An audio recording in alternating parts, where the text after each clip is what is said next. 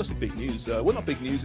It's not big news yet, but we think it's going to be big news. And that is, of course, Thomas Müller to the Vancouver Whitecaps.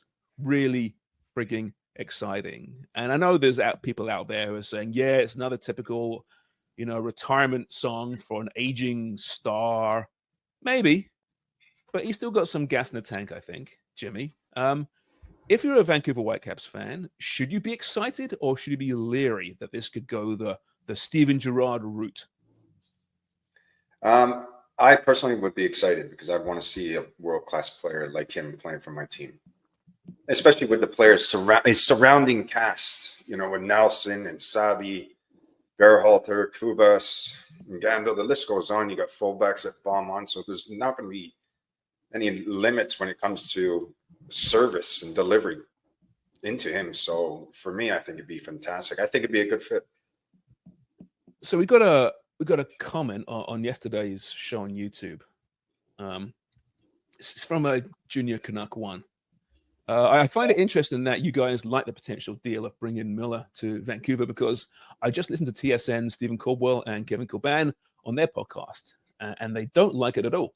Despite Müller's great reputation, they feel that he would be a bad fit for the dogged, grinding, and very fast-paced and hard-running style that Vancouver plays. Müller is older and slower, and he would need wingers to feed him. Personally, I'm not sure either way, but it would definitely be interesting to see how Vancouver would have to change their style somewhat to make it work for Müller. Now, listen, I will never get into an argument with the likes of Stevie and Kevin there because they know more about football and their little fingers than I do, certainly tactically. However, I know Dubs and you, Jimmy, you both actually played the game at the highest level. So you have got an opinion. Dubs, your thoughts on what Stevie and Kevin said there? I think that there's some credence to it. Obviously, I respect those guys a lot as well. But as I said yesterday, it's adding Müller to the pieces and to the structure, the foundation that they already have, and a clarity about the way that they play. And you're just dropping him his brilliance, his excellence, his quality into that. And when you think about Vitae, is it going to be a like-for-like replacement, Müller for Vitae? No, I think that some of the box-to-box work and like that metronome play in the middle of the park will have to be taken over by the likes of Berhalter or Ngando when he's in there. You obviously have Kubas, who sits a little bit deeper. Moore is at classic 6. So, I mean, Müller, I think I see him playing a little bit higher. You still have that consistency and like the brilliance in that midfield, but he's playing a little bit higher. He's linking up. He's finding those spaces. And I think he just makes them more dangerous on the attack. And I think that he will be able, through his intelligence and his tactical savvy, his footballing IQ, figure out a way to conserve energy.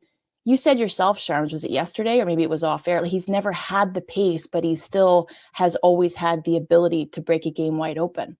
So I don't see it being, I mean, if this does go through, and by all indications it will, that this will just elevate an already extremely good Vancouver Whitecaps team.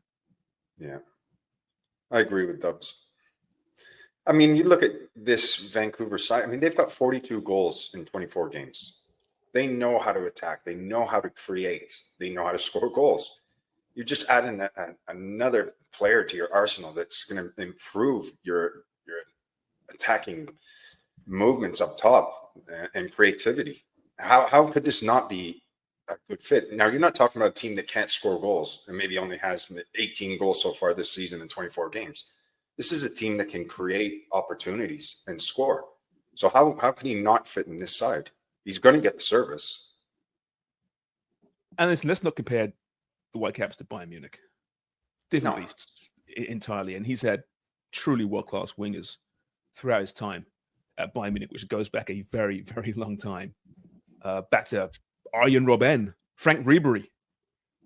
Remember Ribery playing at Bayern Munich? Mm-hmm. That weird one, and how great he was there. Sane, Musiala, Fonzie, of course, from fullback. So let's not compare them, but I mean, they have got wingers at Vancouver. So, but I mean, what Stevie and Kev say, I mean, it's valid that it is a dogged style of football that Vancouver play, a high tempo, high pace game. But I just think that Müller's such a smart player, such an intelligent footballer.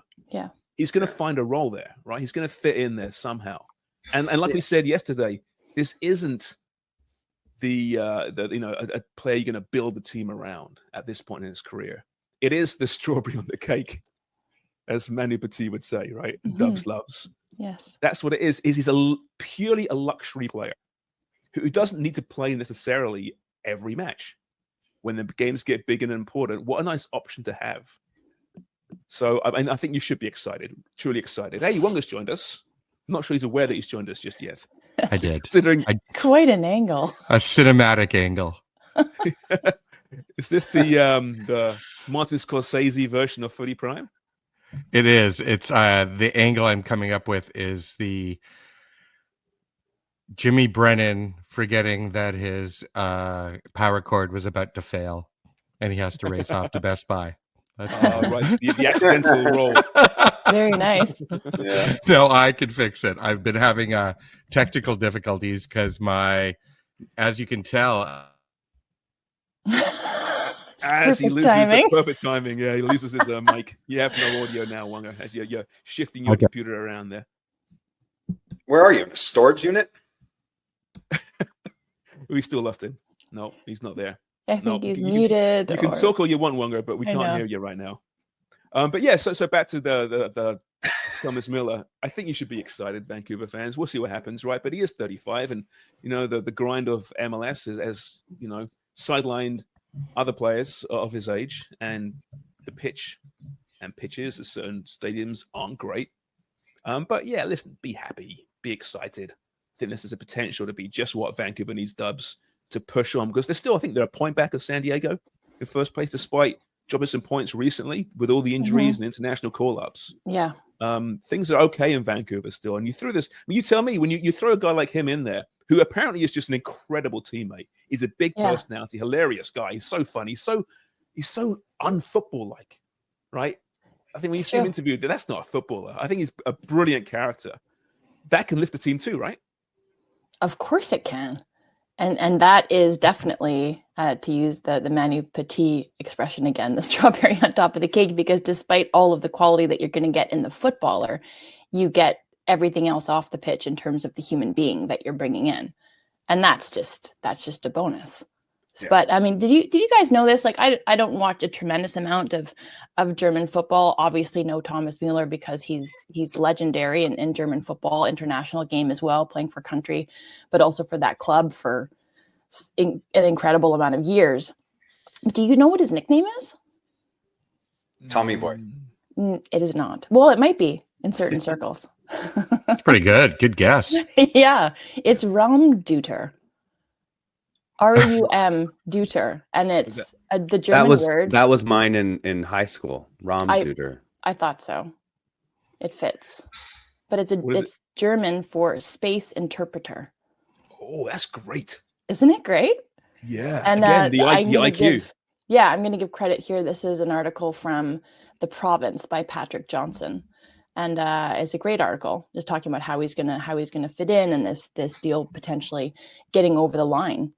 And, he's an unorthodox. This is Lowe talking about him, who coached them at the 2014 World Cup. And he said Yogi he's a Love. Yogi Love. That was Yogi Love was his love. V, not W. Love, not low. I think we have to have a chat with Human Resources, Sharman.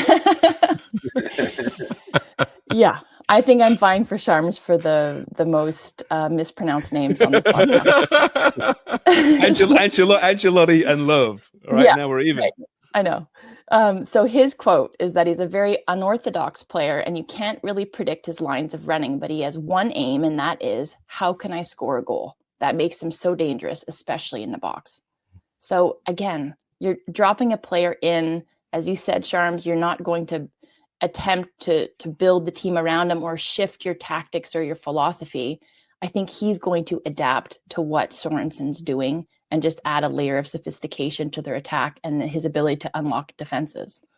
Yeah, he is a fox in the box. At least he was. I mean, who knows? I mean, I remember when he first scored his first World Cup, he scored a ton of goals. And is he not the leading World Cup goal scorer? He's right up there.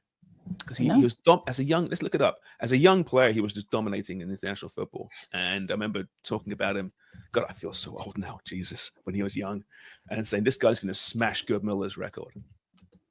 And did he? I don't know, but he scored a lot of World Cup goals anyway.